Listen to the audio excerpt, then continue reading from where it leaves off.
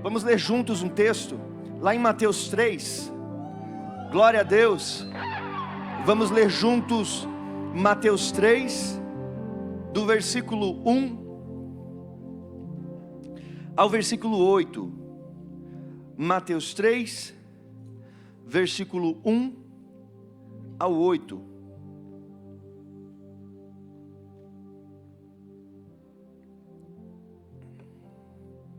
Não se disperse, amém?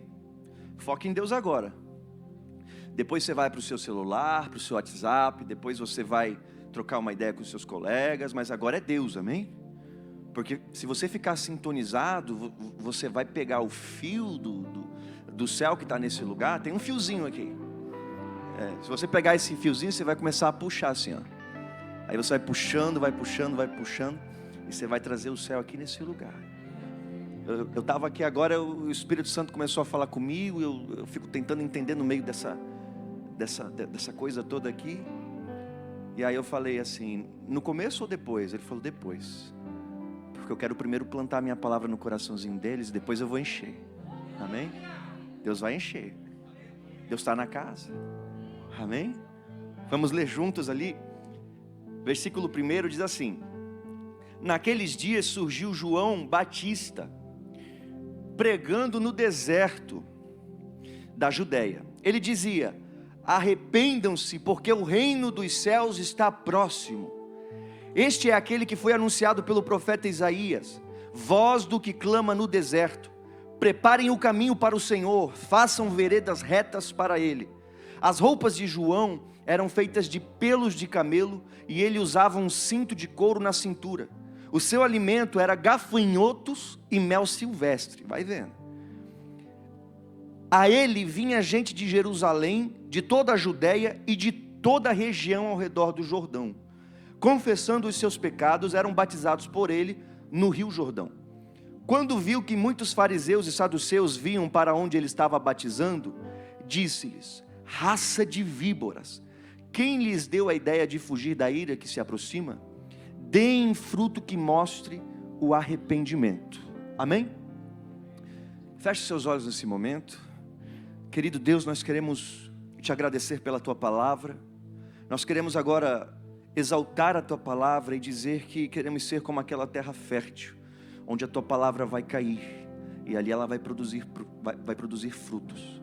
Nós abrimos agora nossa mente, nosso coração, nosso espírito para receber da tua palavra, e que essa tua palavra gere transformação em nós, em nome de Jesus. Amém, queridos? Então a gente leu ali uma introdução a respeito da vida de João Batista, amém? João Batista, ele vai trazer alguns exemplos para nós nessa noite, amém? Exemplos para que a gente possa de fato aplicar na nossa vida diária, nossa vida cristã. O que acontece? Eu estava pensando que nós estamos nos aproximando do final desse ano, amém? Já estamos basicamente aí na segunda quinzena desse mês de novembro. Já vem dezembro, aquelas festas, família que vem. Você sabe, né? Quem mora na praia, surge familiar do nada, né? Parente do nada. Tem um cantinho aí para eu passar a temporada aí. Mas olha só, eu creio que a maioria de nós que estamos na igreja, a maioria de nós que buscamos viver a vontade do Senhor, todo início de ano novo, a gente costuma fazer alguns propósitos, né? A gente estabelece algumas metas, alguns compromissos, e não só na vida espiritual. É normal que a igreja inclusive proporciona cultos assim, né? A gente faz a semana da primícia. É muito evento, irmão, é normal. E ali a gente profetiza sobre nossa vida com Deus, nossa vida familiar, nossa saúde, nossa vida profissional. Então é normal que a gente faça muitos planos em várias áreas, várias esferas, normal. Só que você vai perceber, eu não sei se é só comigo que isso acontece, mas provavelmente com você ocorre de se aproximar o final do ano e você perceber que muitas coisas que você propôs fazer lá no início está pendente, você não fez, não concluiu, não conseguiu. É só comigo que acontecem essas coisas? Tem alguém aí? Amém, eu não sou o único. Então, você faz planos e nem sempre você consegue alcançá-los. Você estabelece metas e nem sempre consegue realizá-las. É normal, entre aspas. É normal, entre aspas. Dentro da esfera do que é humano é normal. Veja bem. E agora trazendo principalmente para a nossa vida com Deus, a gente sempre estabelece metas, né? A gente sempre quer algo mais sólido com o Senhor. Então é normal que no início de ano a gente faça votos de orar mais, de jejuar mais, de ler mais a Bíblia. Sim ou não? Porque a gente almeja uma vida espiritual de sucesso, digamos assim. A gente quer crescer com Deus, por isso a gente faz esses planos, mas nem sempre a gente realiza. Provavelmente alguns de vocês fizeram lá no início do ano o plano, o propósito, estabeleceram a meta de serem mais intensos no que diz respeito à vida com Deus. Não precisa me dizer, ok? Mas bem provável que você em algum momento fez essa proposta, você fez esse voto de estabelecer uma vida constante. Quando eu falo intensamente, eu também estou falando constantemente, ok? Viver com Deus de um modo constante e de um modo intenso. Só que você vai ver ao longo de todos esses meses que foram passando, você está vivendo tudo, menos uma intensidade com Deus. Você está vivendo tudo, menos uma constância. Então eu quero falar nessa noite exatamente sobre isso. Sempre que você tentar fazer na força do seu braço, principalmente quando o assunto é vida com Deus, você vai se frustrar. Sabe? Quando você tentar viver o cristianismo na força do seu braço, você vai ficar triste, você vai se chatear, porque o cristianismo, a vida com Deus, ela não pode ser vivida de forma alguma sem a ajuda de Deus. É por isso que Jesus ele subiu aos céus, mas ele envia outro consolador, a Bíblia diz.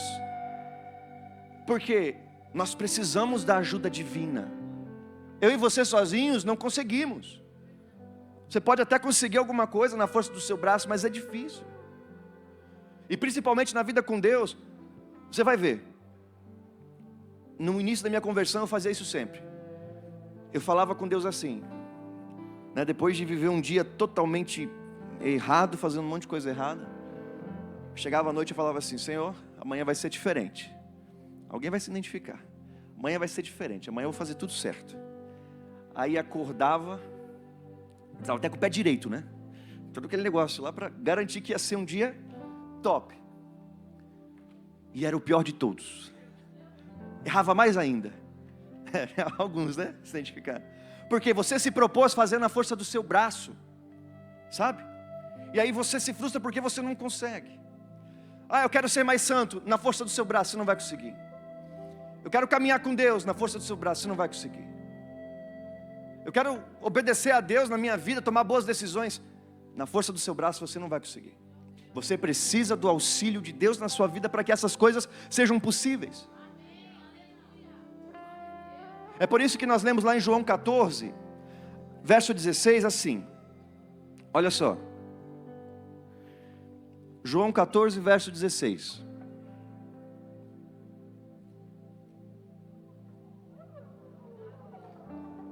João 14, 16.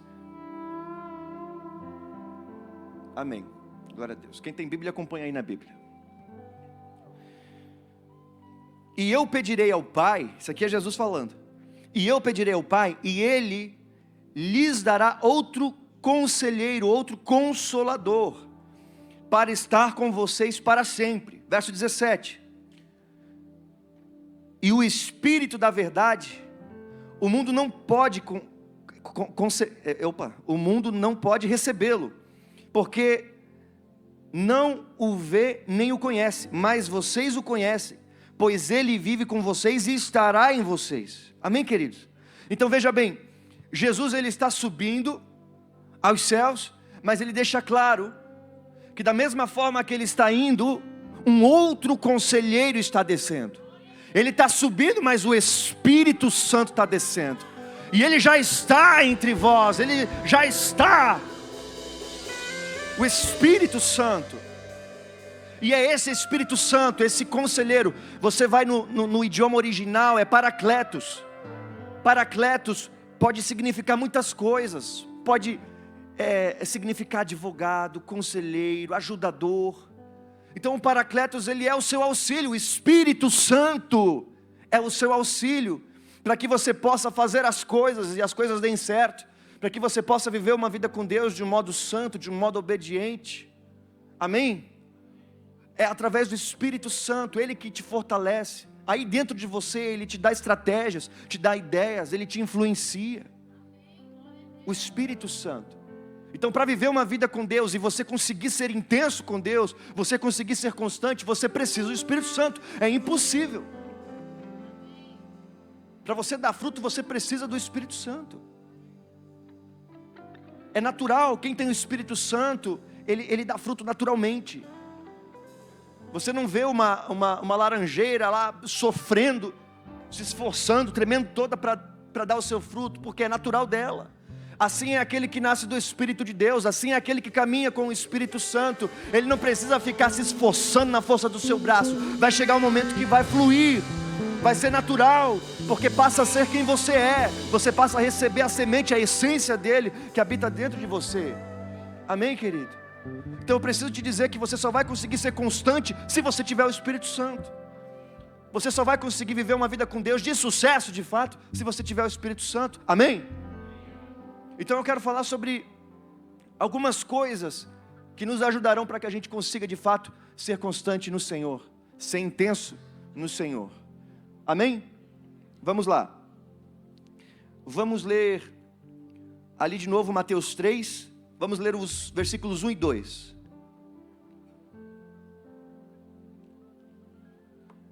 Mateus 3, versículos 1 e 2. Se não estiver funcionando por causa da NVI, vamos colocar a CF. E parece que é só quando o pastor Dan prega que fica sem Bíblia no telão. É loucura.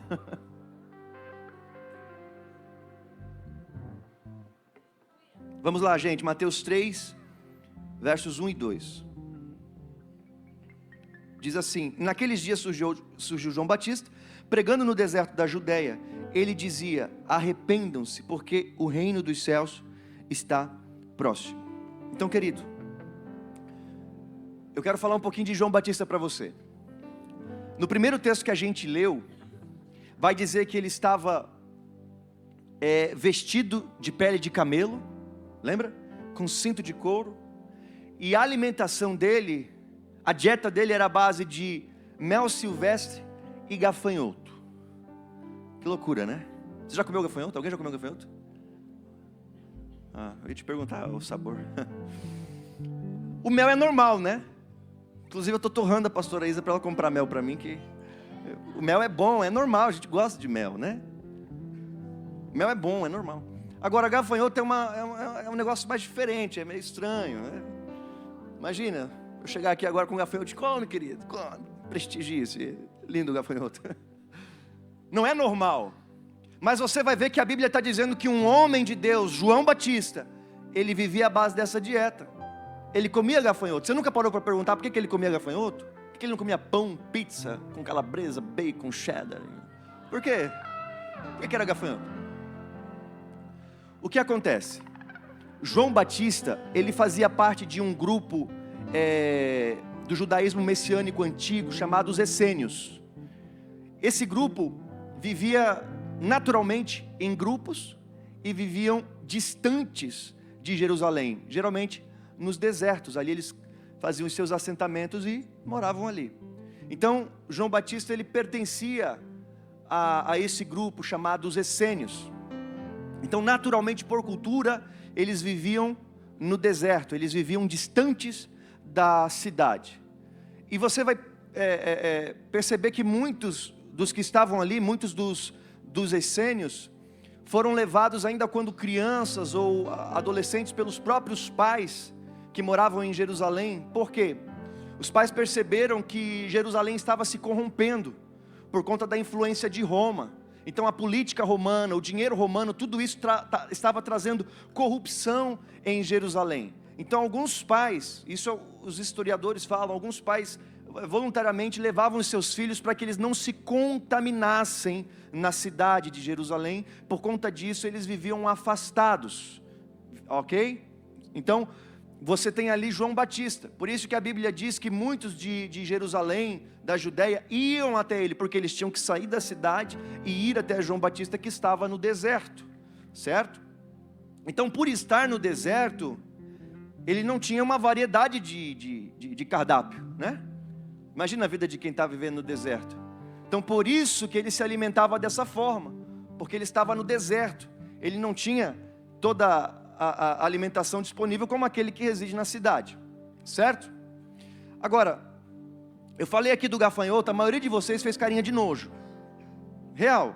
Eu falei do gafanhoto, a maioria de vocês fez carinha de nojo. Por quê? Você vai concordar comigo que não é legal. Eu reconheço, não é legal. Eu não queria me alimentar jamais na minha vida de gafanhoto.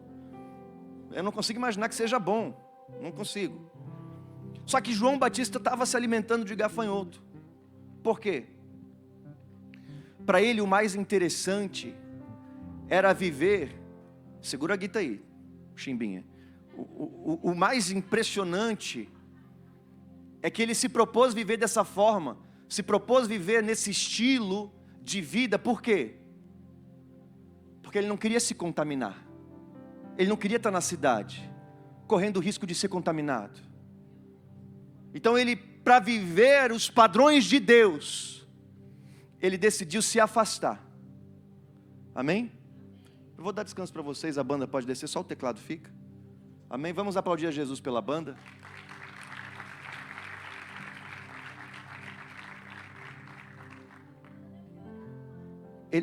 Ele decidiu se afastar. E mesmo que isso lhe custasse um estilo de vida, assim, gente, precário, difícil, vivendo no deserto, sem se alimentar como os demais. Ele renunciou a uma vida, porque para ele não era interessante ser contaminado. Então o primeiro passo que eu falo para quem deseja de fato viver uma vida intensa com Deus, é você entender que você precisa se movimentar segundo os padrões de Deus, e não segundo os padrões do mundo. Porque a Bíblia vai dizer lá em Romanos 12, que nós não devemos nos conformar com os padrões que são estabelecidos pelo mundo. Nós não podemos ser moldados por esses padrões que são estabelecidos ali fora. Nós precisamos ser moldados pelos padrões de Deus. Amém? Para que então a nossa mente seja renovada e possamos viver aquilo que é bom, agradável, perfeito. Mas você não pode se permitir ser contaminado. Então, para você viver uma vida com Deus, você vai precisar tomar decisões, caminhos que estão mais relacionados com os céus do que com a terra. Você precisa viver de um modo mais semelhante aos céus do que com a terra, para que você possa de fato aderir os padrões de Deus para a sua vida. Senão você vai viver sendo frustrado. Então você vai ter que ser mais seletivo no que você vai consumir, num português bem claro. João Batista decidiu se afastar e ser seletivo no seu consumo, para não se contaminar. E tem um monte de crente que não considera isso. Tem um monte de jovem, principalmente porque a modernidade, eu sei, contribui para que você pense dessa forma. Porque tem pastores, inclusive, que estão assumindo altar, dizendo que você pode pecar à vontade, que está tudo certo. Tem pastores que estão em cima do altar, dizendo que você pode transar antes do casamento, contanto que você vai casar com aquela pessoa. Tem pastor dizendo que você pode pecar à vontade, que a graça já cobriu tudo, o sangue de Jesus, o sacrifício é perfeito e está tudo certo. E não é assim que funciona. Então estão achando que porque a gente está vivendo uma atualidade, um tempo mais moderno, agora a gente tem que atualizar a Bíblia. Não, não tem que atualizar a Bíblia. Nós é que precisamos nos moldar segundo a Bíblia. Nos moldar segundo os padrões. E tem um monte de crente que não quer isso, sabe? Não quer viver os padrões, quer viver de qualquer jeito, quer assistir qualquer coisa. Não policia, não supervisiona a fala de qualquer jeito, xinga todo mundo, fala mentira, engana, mente, porque não é seletivo. Então nessa noite, o Espírito Santo está ministrando aos nossos corações, trazendo esse entendimento que nós precisamos de fato nos afastar de algumas coisas, para que a vida de Deus possa abundar em nós. Às vezes você diz assim: pastor, eu não sinto Deus na minha vida, parece que Deus não vem. É que é um casamento, querido. No casamento, os dois têm participação para que o relacionamento dê certo. Deus precisa que você, de fato, entenda. Gente, com todo respeito, o Espírito Santo não é qualquer coisa. O Espírito Santo não é qualquer coisa. Quando a minha esposa brinca comigo que as minhas camisas são tudo cheio de ranho, que eu vou orar e as minhas camisas eu uso tudo de pano. Que eu choro tanto. Porque... Não. Eu deixo lá no quartinho de oração, aí a pessoa vai lá e não sabe que está suja e guarda. Eu não sou eu que guardo, eu não sou porco. Não, mas veja. Porque a gente não é perfeito. Você não pensa que eu sou pastor, que eu sou um super-herói.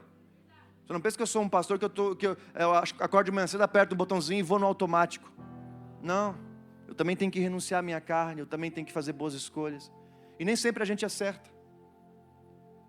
E aí eu chego diante de Deus, eu olho para o Espírito Santo, vejo o quanto Ele significa para mim, e a única coisa que eu consigo fazer é chorar. Me perdoa, Senhor. Porque o Espírito Santo é santo. Aí tem gente que fica se questionando, pastor, o Espírito Santo não vem na minha vida. Você já viu um avião? Um avião, ele pousa em qualquer lugar? Não, ele não pousa em qualquer lugar. Você não vai ver o avião pousando lá no seu quintal só porque ele quer que você pouse, você quer que ele pouse lá. O avião pousa aqui no meu quintal. Não, porque o avião precisa de uma pista, precisa de um lugar certo para pousar. O Espírito Santo é igualzinho. Como é que você quer que ele pouse na sua vida se está tudo bagunçado? Está tudo, sabe, tudo sujo. Você acha que ele vai sair da casa dele para ir morar na sua casa que está toda bagunçada? Essa história de que, ai Senhor, entra, limpa a bagunça, faz... Heresia, irmão. O Espírito Santo não vai entrar para tirar a bagunça. Quem vai tirar a bagunça é você. Depois que a casa estiver limpa, ele vem e te ajuda a manter limpa. Você vê Jesus quando ele entra no templo, o templo representa as nossas vidas. Nós somos templo do Espírito Santo. Você acha que foi Jesus que pegou gentilmente os mercadores e os animais, ele saiu chutando tudo, mandou eles tirar tudo lá de dentro? Porque quem tem que limpar a bagunça é você. Quem tem que tirar os impedimentos é você. Obviamente, ele te ajuda para isso. Ele te ajuda. Mas para morar dentro de você, você tem que limpar a sua casa. Você tem que se esforçar. Você acha que o Espírito Santo vai ser santo por você? Você acha que ele vai falar a verdade por você? Você vai ter que se esforçar. Você precisa ter atitudes. Amém? Não é, eu vou apertar um botãozinho aqui, o Espírito Santo vai fazer tudo por mim. Ele te ajuda. Ele é o nosso ajudador. Mas você tem participação nisso, amado. Amém? Então, para morar, para o Espírito Santo descer, começa a limpar essa pista aí. Amém? Em nome de Jesus. Vamos lá.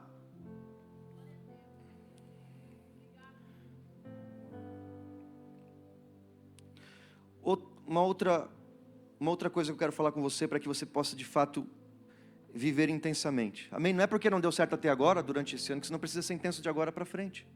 Amém? Hoje você pode decidir fazer as coisas certas e ser constante. Então, para que você consiga isso, agarre firme o seu propósito. Amém?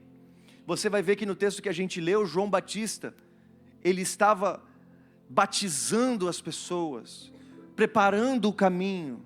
Ele estava de fato falando sobre o reino de Deus que era próximo, levando as pessoas a se arrependerem. Tudo aquilo que foi profetizado sobre ele. Voz que clama no deserto, preparai o caminho. Esse era João Batista. Ele estava fazendo exatamente isso, no deserto, clamando, preparando o caminho para que o Messias viesse. Então ele estava vivendo o propósito. E esse negócio de propósito é muito sério. O que eu vou te falar agora, eu preciso que você preste atenção. Porque o que eu vou te falar agora depende da tua vida. Depende a tua eternidade. Do quão sério que eu vou falar agora com você. Se você puder, abra sua Bíblia em Salmos 139, no verso 16.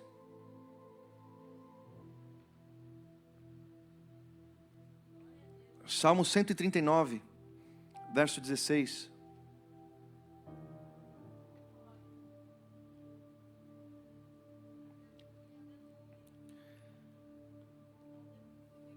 diz assim: os teus olhos viram o meu embrião. Todos os dias determinados para mim foram escritos no teu livro antes de qualquer um deles existir. Presta atenção. Os teus olhos viram o meu embrião. Todos os dias determinados para mim foram escritos no teu livro antes de qualquer um deles existir. Eu vou sintonizar você aqui. Você sabe que existe o mundo natural, esse que nós estamos, e o mundo espiritual. Amém? Eu não vou entrar nesse assunto mas o básico. Existe o mundo natural e o mundo espiritual. Deus é espírito.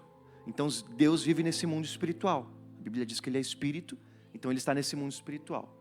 E antes de você estar aqui nessa terra, você também estava nesse mundo espiritual. Amém? E quando você estava no mundo espiritual, você estava num tempo chamado eternidade. E lá na eternidade, a Bíblia diz que Deus apareceu para você com um livro. Você não tinha sido formado ainda. E nesse livro, todos os teus dias já estavam escritos. Então esse é o livro do propósito de Deus para a sua vida, presta atenção. Esse livro que o Salmo está dizendo é o livro do propósito de Deus para a sua vida. Antes de você nascer de fato e viver aqui na terra, no mundo espiritual, Deus já te mostrou como que seria a tua vida aqui na terra. Então Deus te mostrou a tua família, Deus te mostrou o teu país, Deus te mostrou o teu propósito. Amém? Tudo estava escrito naquele livro a respeito dos teus dias. Você nem existia, você está entendendo? Eu estou conseguindo contextualizar você. Você nem existia aqui ainda, mas os teus dias já estavam escritos por Deus. Esse livro tem o conteúdo da sua vida, o teu propósito. Amém? Então olha só. Veja bem. Apocalipse 20, 11 agora. Apocalipse 20, versículo 11. Guarda essa informação que eu te falei. Tem um livro que fala do propósito de Deus para você. Só que quando você nasce, querido, passa a vigorar na sua vida um negócio chamado livre-arbítrio. Amém? Livre-arbítrio. Bem simples. Teu poder de escolha. Você pode decidir o que você quiser. Amém? Se você quiser levantar agora e sair, você pode sair. Se você quiser pegar a cadeira e levantar, porque você tem escolha para fazer o que você quiser. Livre-arbítrio. Amém? Assim como você tem a escolha de obedecer a Deus e não obedecer a Deus. Assim como você tem a escolha de viver o propósito do Senhor e não viver. E aí quando você nasce, tem uns anjinhos que eles começam a andar com você. Eu não estou falando do anjinho da guarda. Uns anjos, você vai até achar que eles são meio cagueta, mas faz parte do trabalho deles. Eles ficam escrevendo tudo que você faz na sua vida. Tudo que você fala, sabe? Aquilo que você faz quando ninguém está vendo. Os anjos estão lá, não é porque os irmãos não estão vendo que Deus não está vendo, amém? Deus está em tudo. Então, os anjinhos estão lá, dedurando você, anotando tudo. Hoje ele desobedeceu o pai, xingou o pai. Hoje ele foi lá e pegou algo que não era dele, colocou na mochila e vazou fora. O anjinho está lá, colocando, escrevendo tudo. Amém? E olha só que forte que a gente vai ler aqui agora. Verso 11. Depois vi um grande trono branco. Isso aqui está falando do julgamento, tá? O juízo, aquela...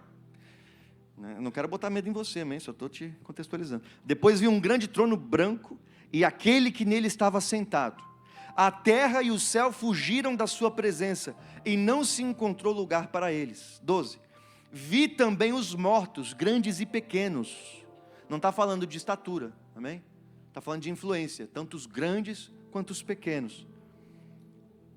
De pé diante do trono, olha só, e livros foram abertos.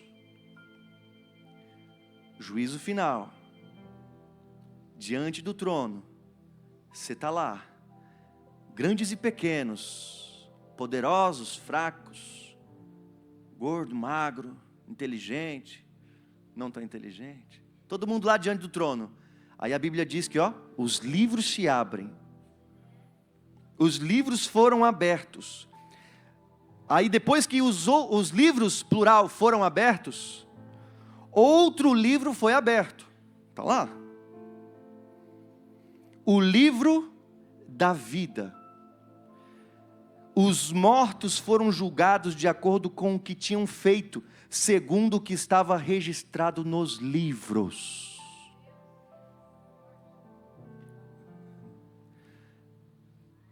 Diante do trono se abrirão os livros. Quais são esses livros, pastor? É plural, porque você vive muito, então tem que escrever muitos livros. Os livros que foram escritos a respeito das tuas obras. Eu preciso te conscientizar que tudo o que você faz não passa batido. Tem uma expressão, né? Passou batido, mas não despercebido. O mundo espiritual é isso. Você acha que passou batido, mas ó, tudo anotadinho. O que você fez, o que você falou. Não somente as coisas ruins, as coisas boas também, obviamente. Amém? E aí, esses livros que a Bíblia diz são os livros que foram escritos. Tanto é que a Bíblia diz que eles vão ser julgados por aquilo que estava escrito nos livros, ou seja, as suas obras. E aí fala que depois abre um outro livro. Que livro é esse? É aquele livro que Deus te mostrou. Eu sei que você não lembra, porque você estava no mundo espiritual. Você não lembra do que Deus mostrou para você. Você não lembra do propósito. Você não lembra. Amém? Você não lembra. Eu sei que você não lembra.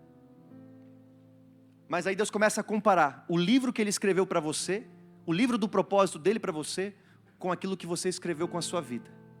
E aí, com base naquilo que você escreveu, comparando com o propósito de Deus para você, você vai ser julgado. Aí agora bate aquele desespero, pastor, mas eu não lembro. Eu li o livro, mas eu não lembro o que está escrito lá. O que está escrito? Como é que eu descubro o meu propósito, pastor? Como que eu faço para saber o que Deus quer para mim? Como que eu faço para entender qual é a vontade? O que o Senhor quer que eu faça? Você tem que acender uma fogueira, num terreno baldio, não pode ter grama. E essa fogueira tu vai colocar 7 madeiras. Aí você acende a fogueira. Aí você dá 13 voltas ao redor da fogueira e depois disso Deus vai falar com você. Amém? Não funciona. Alguns não funcionam assim. Os que não estão aprontando muito funcionam dessa forma. Aí os outros vão ter que ir especificamente lá para Israel. Óbvio que não, gente. É que tem gente que quer complicar tudo. Como que eu faço, pastor, para descobrir então? Oração. Com oração você acessa a vontade do Senhor. Com oração você conhece o coração do Pai. A oração fala de relacionamento. A oração fala de você e Deus ali dialogando, você acessando o coração de Deus, entendendo aquilo que Ele fala a seu respeito, aquilo que Ele quer para você. Então às vezes você está perdido porque você não está orando. Às vezes você está sem norte porque está te faltando relacionamento. À medida que você vai orando, Deus começa, é como se fosse insights, Ele joga assim. Você acha que eu nasci sabendo que ia ser pastor? Não. Eu queria ser lutador, era meu sonho, larguei família para isso. Mas eu era um lutador crente, então eu orava. Aí eu estava lá orando, e aí Deus me mostrava multidões. Opa! Mas não era prestigiando uma luta, era uma coisa diferente. Aí do nada, pessoas curadas assim. Opa! Na oração, aí eu fui juntando. Aí eu descobri que Ele quer que eu seja um pastor. Amém? Com 17 anos eu topei e me tornei, né, através do Senhor Jesus Cristo, um pastor. Mas por quê? Eu fui descobrindo através da oração, eu não nasci sabendo disso. Amém? Igual você não nasceu sabendo do seu propósito. Você tem que ir pouco a pouco descobrindo através da sua oração, do seu relacionamento com Deus. E por que eu estou falando disso? Porque quando você descobre o seu propósito, você tem motivo para se movimentar. Porque daí você entende o que Deus quer para você, você tem um propósito, você tem uma visão. Então você se movimenta, a sua vida ganha sentido. Então talvez você está meio perdido, querido, você não sabe o que Deus tem para você porque te falta relacionamento. Eu quero te dar um exemplo, olha só. Jeremias 1, vamos ler a partir do 5. Jeremias 1, a partir do 5. Amém, querido? Deus está falando com você? Glória a Deus. Jeremias 1, 5.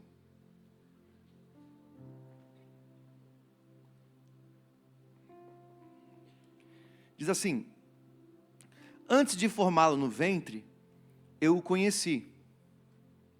Ou, escolhi algumas outras traduções, mas é melhor conheci. Antes de você nascer, eu o separei e o designei para profeta às nações. Mas eu disse: soberano Senhor, eu não sei falar, pois ainda sou muito jovem. O Senhor, porém, me disse: não diga que é muito jovem. A todos a quem eu enviar, você irá e dirá tudo o que eu lhe ordenar. Não tenha medo deles, pois eu estou com você para protegê-lo, diz o Senhor. Amém, amado? Você está aqui, crente? Ali é Deus falando com Jeremias. E está dizendo no versículo 5, que antes mesmo de Jeremias nascer, Deus já o conhecia. E esse conhecer fala de uma relação de fato próxima. Sabe aquela pessoa que te parece familiar? Aquela pessoa, é uma conexão próxima. Então antes mesmo de Jeremias nascer, lá na eternidade, o propósito de Jeremias era que ele fosse profeta das nações. Foi isso que Deus falou para ele. Aí você imagina que ele nasce, Jeremias nasce, e ele deseja ser sacerdote, porque era o que ele estava designado a ser, ele era filho de sacerdote. Então, na tradição, ele tinha que ser sacerdote, tinha que dar continuidade ao sacerdócio. Mas Deus não chamou ele para ser sacerdote, Deus chamou ele para ser profeta. Se ele fosse o melhor de todos os sacerdotes da terra, ele teria sucesso na vida? Não teria, porque Deus chamou ele para ser profeta. Assim, querido, você pode fazer coisas lindas nesse mundo, conquistar impérios, construir empresas, ter tudo na sua vida. Mas se você não estiver vivendo a vontade do Senhor para você, vai ser o maior fracasso. O maior fracasso é você fazer aquilo que não tem a ver com a vontade do Senhor para a sua vida, ainda que sejam grandes coisas. Então o nosso desafio nesse tempo é, através do relacionamento com Deus, através da oração, entender aquilo que o Senhor tem para nós, para que a vontade dEle seja revelada, para que nós possamos estar inseridos no centro da vontade do Senhor. Eu me assusto que essa expressão não é mais utilizada nos dias atuais. Os crentes mais antigos, eles falavam muito isso, o centro da vontade do Senhor, porque era o zelo deles, era o que eles queriam, estar no centro da vontade. Hoje as pessoas querem que Deus esteja no centro das suas vontades.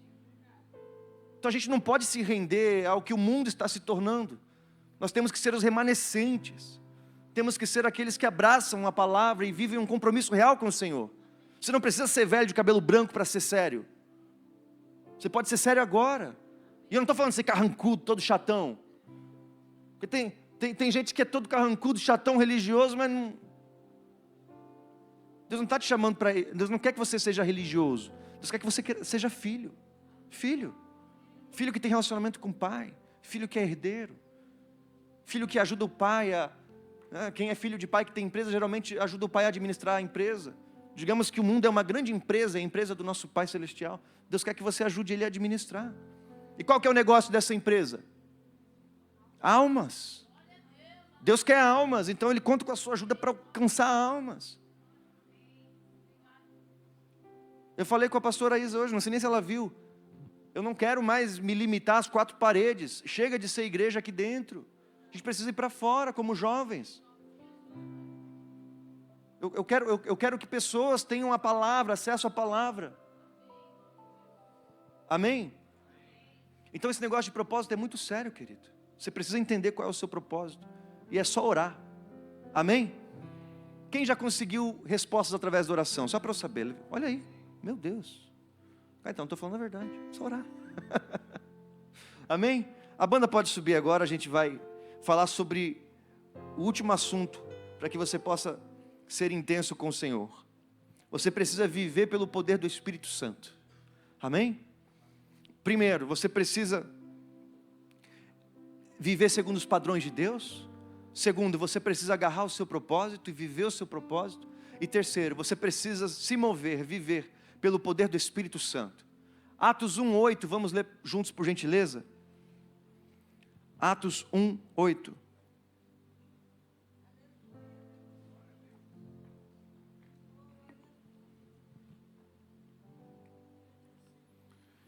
Diz assim: mas receberão poder quando o Espírito Santo descer sobre vocês, e serão minhas testemunhas em Jerusalém, em toda a Judéia e Samaria, até os confins da terra.